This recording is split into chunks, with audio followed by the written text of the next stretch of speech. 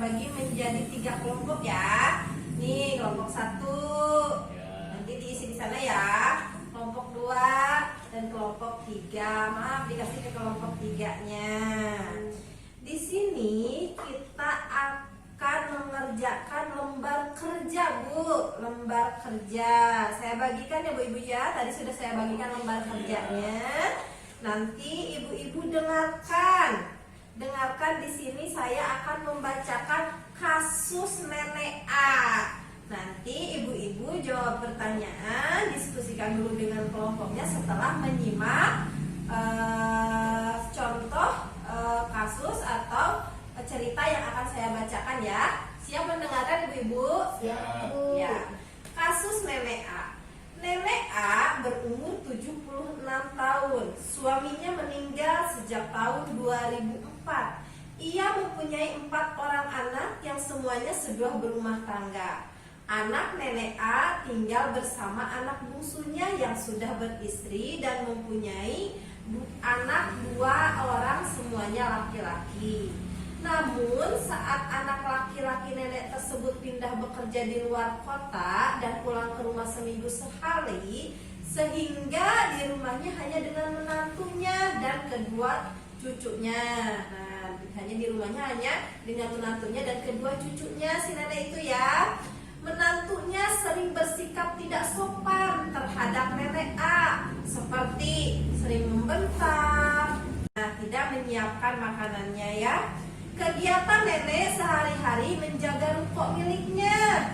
Namun akhir-akhir ini ia sering ditipu oleh pembeli, orang yang mengatasnamakan menantunya untuk mengambil barang dagangannya. Jadi mengatasnamakan pembantunya jika menantunya sedang tidak ada di rumah. Bahkan terakhir kali si nenek tertipu oleh orang yang mengambil barang dagangannya sekitar 3 juta rupiah ya, nenek ditipu. Memperhatikan kondisi demikian, maka anak-anaknya menyarankan agar si nenek berhenti berjualan. Namun nenek tidak mau karena lumayan menghasilkannya. Nenek A sering mengeluh dan mengatakan bahwa anak-anaknya tidak sayang kepadanya, yaitu karena sering berselisih paham. Sehingga si nenek itu menyimpulkan kalau si anaknya memberikan saran itu yang nenek kiranya itu hanya tidak sayang, padahal anaknya memberikan yang terbaik ya.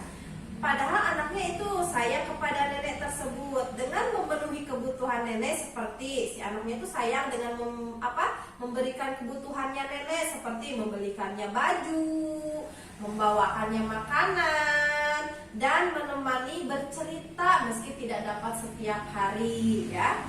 Kadang-kadang nenek A juga menunjukkan perilaku yang memalukan. Misalnya menggunakan baju yang sudah tidak pantas dipakai, sementara baju-bajunya bagus bertumpuk di lemari. Selain itu, ia malas mandi, sehingga kadang-kadang badannya agak bau ya. Nenek A terkadang keras kepala, sulit diberitahu, dan seringkali membuat kesal menantu bahkan anak-anak nenek yang lainnya. Nah, demikian contoh kasus cerita nenek A ya. Bisa dipahami? Ya, sudah didengarkan ya Bu ya? Sudah, Bu. Sekarang siapkan pensilnya, siapkan lembar kerjanya yang tadi sudah saya berikan ya. Untuk kelompok 1, ini jenis pertanyaannya ya. Termasuk lanjut usia yang seperti apakah nenek tersebut? Apa ciri-cirinya? Kemudian mau langsung jawab atau nulis doang? Saya bacakan dulu pertanyaannya ya. Kelompok 2, ini pertanyaannya ditulis ya Bu.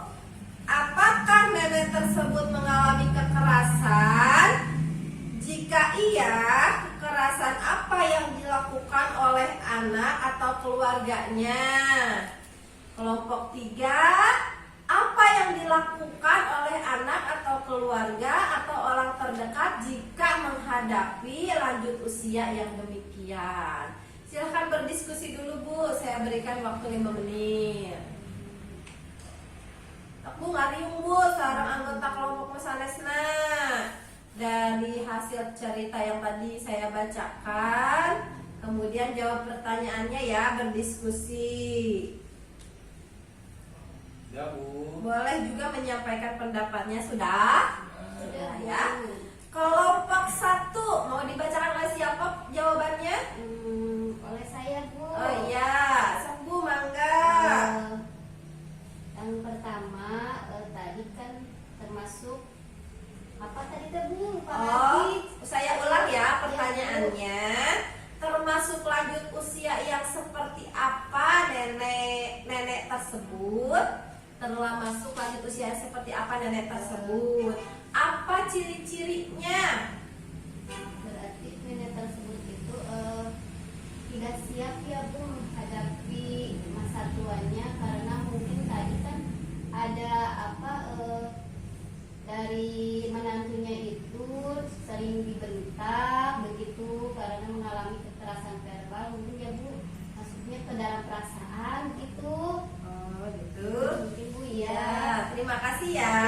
Bu. Kelompok 2 siapa? Mengalami, Bu. Iya. Oh, saya ulang ya.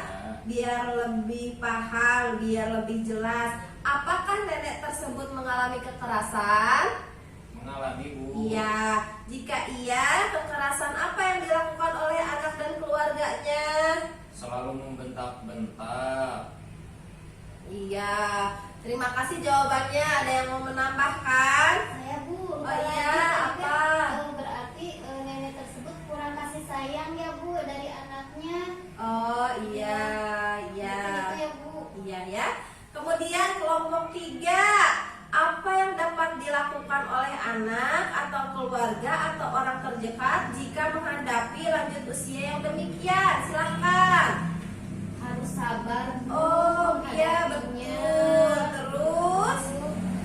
Harus ikhlas, harus lebih ikhlas, Iya. ya, Bu. Harus menghormati meskipun kadang menjengkelkan begitu ya, Bu, karena Iya, mungkin iya. sudah usianya lanjut, tapi kita harus tetap menghormati orang tua kita, Bu. Oh iya. Terima kasih ya Bu Ibu ya atas diskusi dan jawabannya. Saya sedikit menambahkan dan menjelaskan ya. Pertanyaan kelompok 1, termasuk lanjut usia yang seperti apakah nenek tersebut? Kalau usia 76 tahun itu termasuk lanjut usia ya, sudah jelas ya. Itu ciri-cirinya nenek itu ditinggal oleh suaminya tahun 2004. Kemudian dia tinggal bersama salah satu anaknya dan menantunya, sedangkan anaknya juga jarang pulang, sehingga dia tinggal dengan siapa? Dengan menantu dan cucunya ya. Kemudian juga dia memiliki apa? Usaha ya, dengan membuka ruko itu. Dan dia juga memiliki ciri-ciri ini, kebenang diurusnya. Kalau kan lagi dipangsetkan acup yang layak, yang dipakainya yang tidak layak. Terus saran yang dari anak-anaknya sulit masuk ya. Gitu. Yang kedua, saya tambahkan lagi ya. Apakah nenek tersebut mengalami kekerasan? Jelas ya, nenek tersebut mengalami kekerasan, yaitu dari menantunya yang suka membentak dan kadang tidak pernah menyiapkan makanan untuk nenek itu. Itu termasuk kekerasan verbal ya. Nah, yang ketiga, apa yang dilakukan oleh anak, keluarga atau orang terdekat jika menghadapi lanjut usia yang demikian?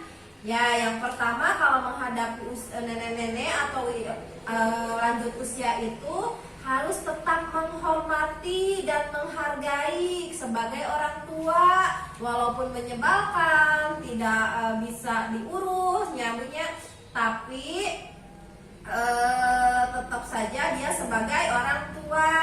Kita harus lebih sabar, tetap memberikan kasih sayang dan menjadi pendengar yang setia ya. Terus melakukan pendekatan pribadi ya, misalnya dengan meminta nasihat kepada orang tua atau lansia. Berikan kesempatan terhadap apa yang disukai lansia ya. Nanti gitu teh, ikutin aja maunya seperti apa dan memberitahunya itu harus sedikit-sedikit, tidak boleh sekaligus ya. Itu hasil jawaban diskusi kita ya. Nah, sekarang saya akan menayangkan free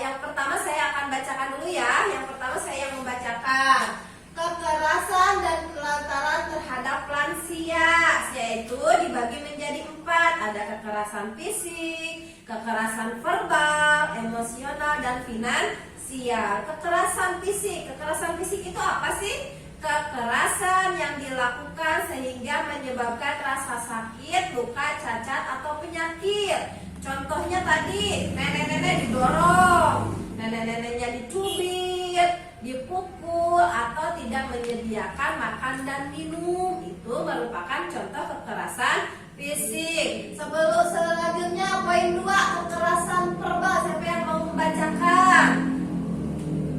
Burung Bu. Burem, ini bisa dilihat di buku pintarnya. Nih. Verbal atau kata-kata, tindakan menggunakan kata-kata yang sering kali menyakitkan. Ya, terus. Contohnya menyebut nama saja, Ya. menghina, mengancam, menakut-nakuti, membentak, marah dengan kata-kata. Iya, jelas ya. Kekerasan verbal atau kata-kata tidak menggunakan kata-kata yang sering menggunakan kata-kata yang sering kali menyakitkan. Contohnya menyebut nama, si neneknya tidak manggil nenek atau mama, tapi menyebut nama aslinya ya. Yang keduanya menghina, menghina kondisi orang tuanya. Yang ketiga memberikan ancaman, terus menakut-nakutin atau lebih disingsiran. Yang keempatnya dibentak ya, karena si nenek itu ya yang namanya nenek ruang geraknya terbatasi, pendengaran apa-apanya kesal, terus kemudian dibentak ya, membentak atau memarahi dengan kata-kata yang tidak layak diberikan kepada lansia. Selanjutnya emosi, siapa yang membacakan? Ibu. Iya sok, enggak. Emosi, tindakan atau sikap yang menimbulkan rasa tidak nyaman bahkan trauma, termasuk penelantaran. Contohnya membiarkan lansia sendirian, membatasi bertemu teman, tidak peduli, mendiamkan, dan penelantaran. Ya, terima kasih ya sudah membantu. Ini emosi. Emosi adalah kekerasan emosi adalah tindakan atau sikap yang menimbulkan rasa tidak nyaman bahkan trauma ya, termasuk penelantaran ke si nenek nate. Contohnya jelas ya, membiarkan lansia sendirian diantep, membatasi bertemu dengan teman keluar dari si kabur, cenah. Tidak peduli mau nenek itu sudah makan, sudah mandi, atau belum ganti baju sabodo teuing, itu tidak peduli, mendiamkan. Diantep yaitu kembali tadi didiamkan, dan penelantaran yang akhirnya tidak dipedulikan lagi ya, makan, minum, pakaiannya ditelantarkan saja. Yang terakhir saya ya jelaskan terakhir, finansial, kekerasan finansial. Kekerasan finansial itu yaitu penyalahgunaan harta milik lansia. Biasanya si nenek itu suka memiliki harta ya, dari hasil, yaitu kalau yang nenek di sini tadi, nenek itu kan punya usaha sendiri seperti ruko, atau dia mendapat gaji pensiun atau apalah yang berhubungan dengan finansial seperti perhiasannya. Nah, contohnya memanfaatkan uang lansia, uang nanti diambilan wae, menggunakan tanpa izin. Itu tadi ya, harta si nenek digunakan tanpa izin dan tidak memberikan keleluasaan menggunakan uang. Jadi si nenek teh diberean tidak bisa menggunakan apa yang dia miliki ya, yang bentuk finansialnya itu. Itu ya ibu-ibu ya yang dapat saya sampaikan. Terima kasih.